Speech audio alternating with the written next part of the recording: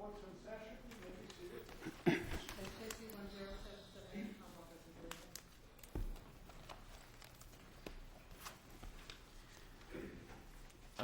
Good morning. Mark Shea for Andrew Levy, if it pleases the court. I would start out by saying that what the Commonwealth seeks here is an unprecedented expansion of police power and police discretion. And it's notable that when the police use that discretion in this case and chose who to stop and search, the only two people they stopped and searched were black men.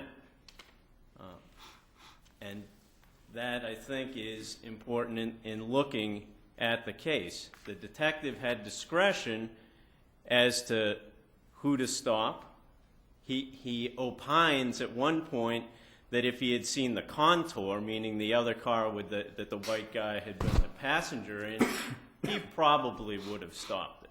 He didn't say he would have definitely stopped it.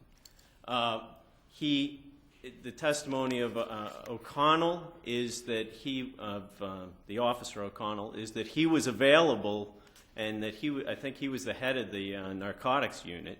He was available to help Detective Corey that evening. Corey never reached out to him, never asked him to come and help stop the contour, watch the other car, follow the fellow who got out of the car to see where he went. Sought no other investigative backup or to do any investigation. The testimony of Hilliard was that he was also available, and that the only transmission that he heard was regarding the Bonneville, which is the car that the other car. The car that Mr. Levy, my client, was in, and that Mr. Bryant was in. Also, there's a third person in that car in the back seat who apparently is never searched. At least a woman, right? A woman, right? And she's just let go. And she is in the back seat with the purported guy who wants to buy the drugs. Do you disagree with the motion judge that that there was enough for reasonable suspicion? I mean, is your issue that there was nothing, or is your issue that there was no probable cause? Well, honestly, I'll go with the motion judge that there wasn't probable cause. But I would say, even in my view, which is probably notably more liberal than his, it's very close call on reasonable suspicion. I know he gave the detective reasonable suspicion. Now, I've read the brief. I've looked at the decision below. I see nothing that mentions the race of anybody. This is the first time anybody has raised this issue. It's not in your brief. You're not claiming that there's any due process issue here, are you? No, I'm not. But I just think that, I mean, it's in the transcript. It's mentioned who's white and who's black. I didn't argue race as the critical point here, but I do think that what I'm cautioning here is based on the law of search and seizure and police discretion, that this is the kind of thing that grows out of when they're given this much discretion. But it's not a matter of police discretion to have probable cause. I mean, no, I agree. I but thought your claim was whether there's probable cause or not, and that would not matter based on the color of the individual. No, I agree. But there's no probable cause here, clearly, either. There's no case in the Commonwealth's history that finds probable cause on any facts like these. Nothing. And in the appeals court, they try and save that fact by, in footnote 11, throwing in that O'Connell, the last officer to testify, found $350 on Bryant, the driver. But that was, you don't know whether that was before or independent of or anything. Right. Well, O'Connell testifies, I'll grant, O'Connell testifies that he found the $350 before they searched Levy's boot. That's his claim. But the law under Isaiah is that has to be an uncontroverted fact, and the motion judge must implicitly or explicitly adopt it. O'Connell is never mentioned by the judge His name isn't mentioned. The only person he credits is Corey. And there's a reason for that. Because O'Connell testifies that the search of Levy is done by Hilliard and Hilliard alone. And I think the approach of Levy he credits to Hilliard. Whereas the detective who's credited by the district court judge is Corey. And Corey says that he approached Levy, that he took Levy out of the car. He says that Hilliard conducted the search of Levy and that he was present. But so they're in conflict, meaning Corey and O'Connell are in conflict. The judge adopts Corey's version. He never adopts anything from O'Connell that's clear in the decision by the judge. Furthermore, if you look at O'Connell, there's reasons not to trust him. I mean, on page 81, he says he IDs Bryant after the pat-down. And on page 70, he says he got his name before the pat-down. So within 11 pages of transcript of his own testimony, he contradicts himself on what he does first at the critical point in time that he says he's getting the money before the other fellow. So the other point, too, on footnote 11 there on the 350, is that the Commonwealth on page 9 of its brief acknowledges that they needed probable cause at the time of the seizure of Levy. And that's under Commonwealth v. Ferguson. And so at the point that Bryant's being searched, Levy's already out of the car under arrest by everyone's theory. So what they needed to know regarding Levy is before that point anyway. So on a couple levels, the appeals court kind of attempts to expand the facts in a way that's not allowable in order to save the fact that this is an unprecedented case. Now, you say it's unprecedented. I mean, the silent movie theme has been played before. Right. I gather what's missing here is the absence of any evidence that these individuals had previously been involved in narcotics, as well as any encounter. But is that why you're saying it's not precedented? Yeah, let me hit it quickly. Cornell is the only case that I find cited where no one sees an exchange. So in this case, no one sees an exchange. But the difference with Cornell is that the fellow in the car is a known drug trafficker, and he's in the same Toyota in which he was busted for drug trafficking before. The fellow Eaton, who gets out of Cornell's car, makes motion with his hand, stuffing something into his shirt or jacket. So you have quite additional things, and that's the case where no exchange is seen. And remember, that's exactly this case. Nothing is seen. And, you know, the guy gets into the back seat, and my client's in the front seat and Bryant's in the front seat, so you would think you would see at least some gesture of hands over the seats or, you know, reaching forward, something forward or backward, if you could see into the car. And there's nothing of that. And given that there's that, the only person in the back seat with him, they don't even apparently bother to search. They just let her go. Now, every other case cited, Kennedy, Gant, Santalese, every one of them, there's some kind of exchange, some form of exchange. In Kennedy, the person, Morales, I think his name is, it's a high crime area. There have been complaints by the people who own the store. There have been specific complaints about Morales. And Morales, the cops observe Morales walk up to the car. They don't see what's exchanged, but they see an exchange. And Morales has a prior drug offense as well. So he's been complained of specifically, has a prior drug offense, walks up to a car and appears to make an exchange, though the exchange is unseen. Here, Bryant and Levy are unknown. He has no history with them. The white fellow has no history. He's run the plates on the white guy's. It's not his car, but the car he's in. There's nothing comes back against those plates. So it's literally an unprecedented expansion. The last thing I'll say, I see my time is up, is high crime area. Bryant and Levy aren't in a high crime area. You know, when the car comes up, they're 3/4 of a mile away. And I would ask you to keep in mind that in an urban center, 3/4 of a mile is a lot. I'm from Cambridge. But how? I mean, I know that. But how important is that if, let's assume they go to an area which essentially is known as a drug supermarket. They observe conduct within the parking lot of what they understand to be a drug supermarket, and they see the person drive away to what they understand to be to make the deal. Does the fact that they happen that a half mile away is a nice neighborhood changes anything? Well, it changes it for a couple things because my clients never at the drug supermarket.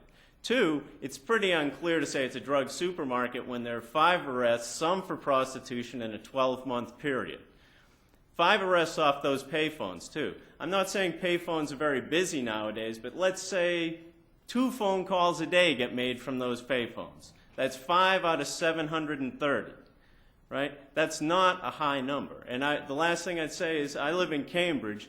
If you go 3/4 of a mile, you go from Columbia Street, that they like to say is a high crime area, to the middle of the MIT campus, which is notably not a high crime area. And so in an urban area, 3/4 of a mile is a good distance. This is a residential area, and there's nothing about my client's conduct or that area that they're in that is problematic. Thank you, counsel. Thank you.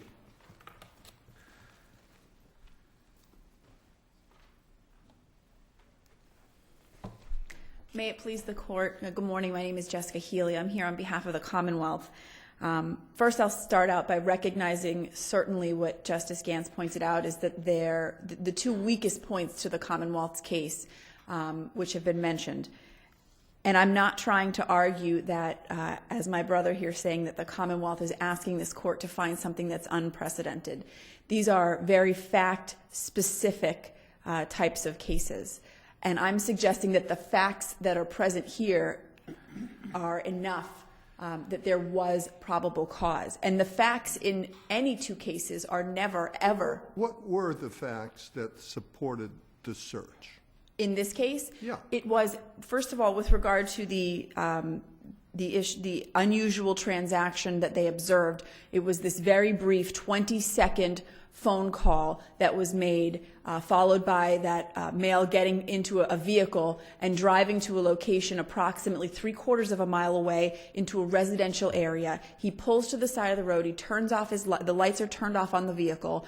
Nobody gets in or out of the car. Nobody approaches the car. Nobody appears to do business with any of the homes that are on the street. No one comes out of the homes to this car. After the vehicle sits there, that male that was seen on the payphone gets out of the vehicle, and he begins to, it's described as pacing up and down the street. He's walking up and down, changing directions, looking around. And within minutes, Detective Corey testified that this second vehicle, the one that the defendant was ultimately found in, pulls up at the scene, that the individual, the original male that they saw at the payphone, immediately gets in that vehicle in the back seat. And then what's even more unusual is that the vehicle doesn't just stay there. It drives forward, it makes a turn, almost as if it's going around the block, only drives for approximately 30 seconds, approximately 200 feet, stops again. That same male gets out of the back seat that he got into, and he jogs back towards his vehicle that's left with the lights off and the other 2 occupants still sitting at the side of the road. Still no one has come or gone to that vehicle.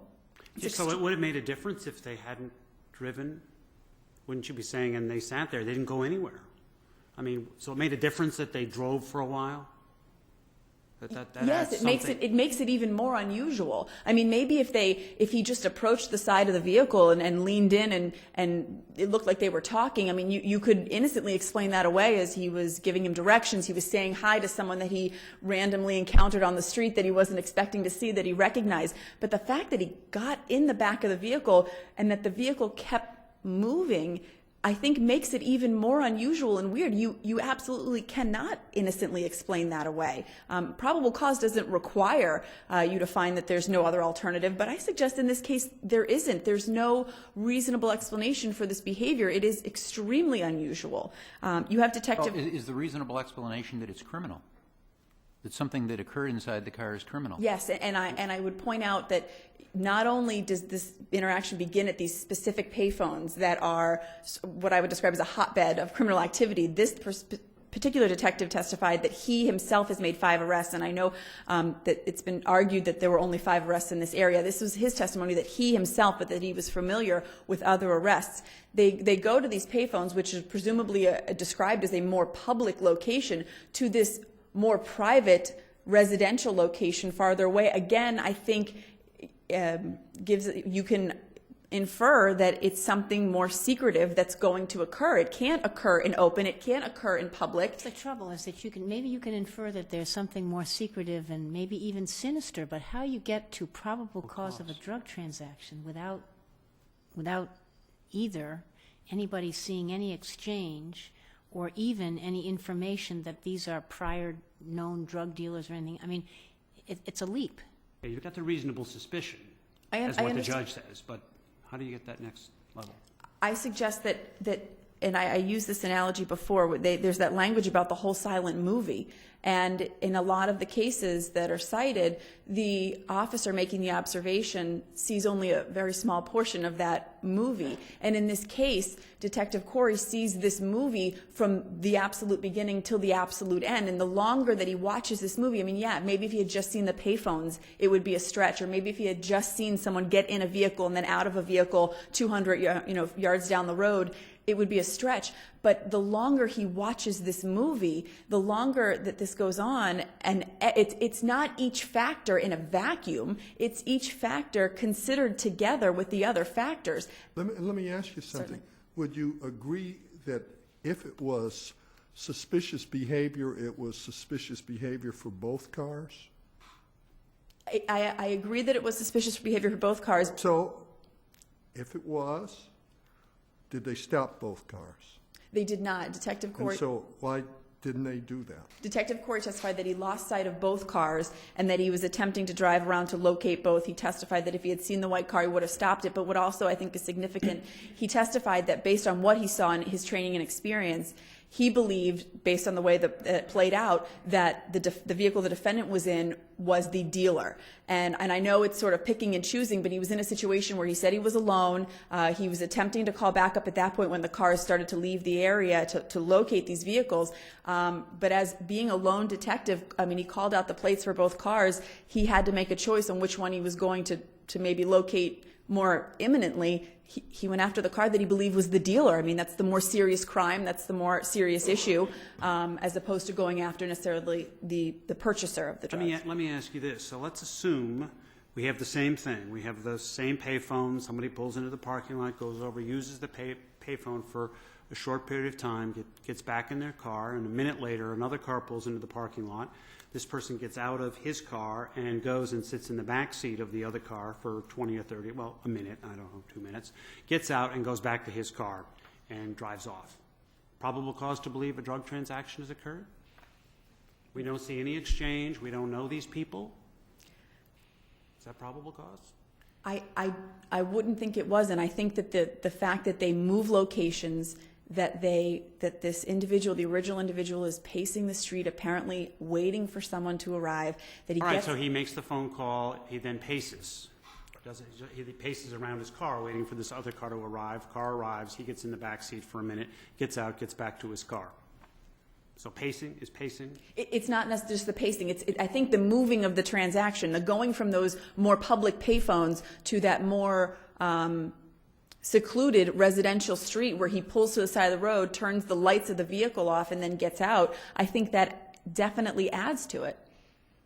Or otherwise, you could say, well, that parking lot is a real supermarket for drug activity. The fact that the transaction occurred in that parking lot really speaks volumes. It's sort of damned if you do, damned if you don't. I mean, it could. Like I said, they're so fact specific. I mean, it's every little detail taken in conjunction with every other detail he observed. And I would also point out that even in the cases that are cited, Detective Corey in this case, I would suggest, has more experience than the officers in the cases in the Kennedy and the Colonel and the Santolese case.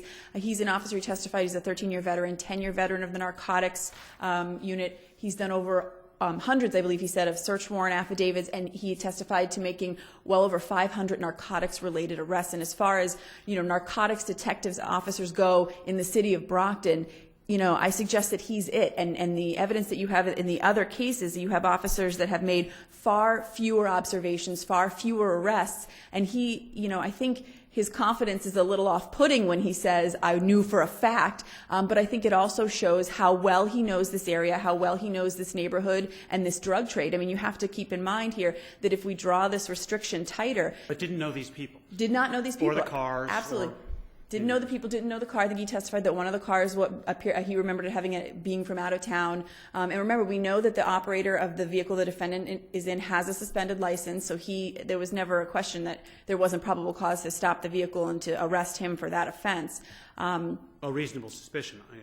Or did they run the license check before they stopped? They ran the license check before they stopped, so he knew, again, assuming that once they identified the driver as the owner, they had a basis to stop that vehicle and to arrest Mr. Bryant.